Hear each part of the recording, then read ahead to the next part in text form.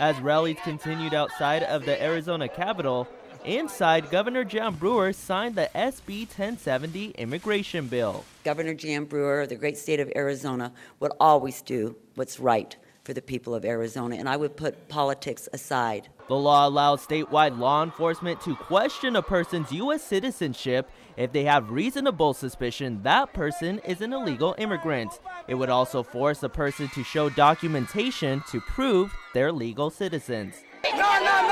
All they did was build a fence between me. They crossed the sea. Tension was strong between protesters at a Phoenix rally Thursday.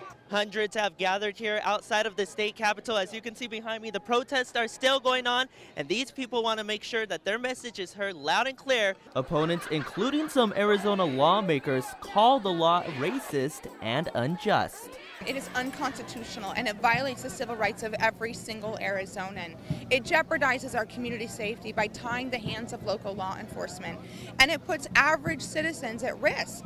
Many of the opponents are afraid a person will be targeted as an illegal immigrant just by the way they look.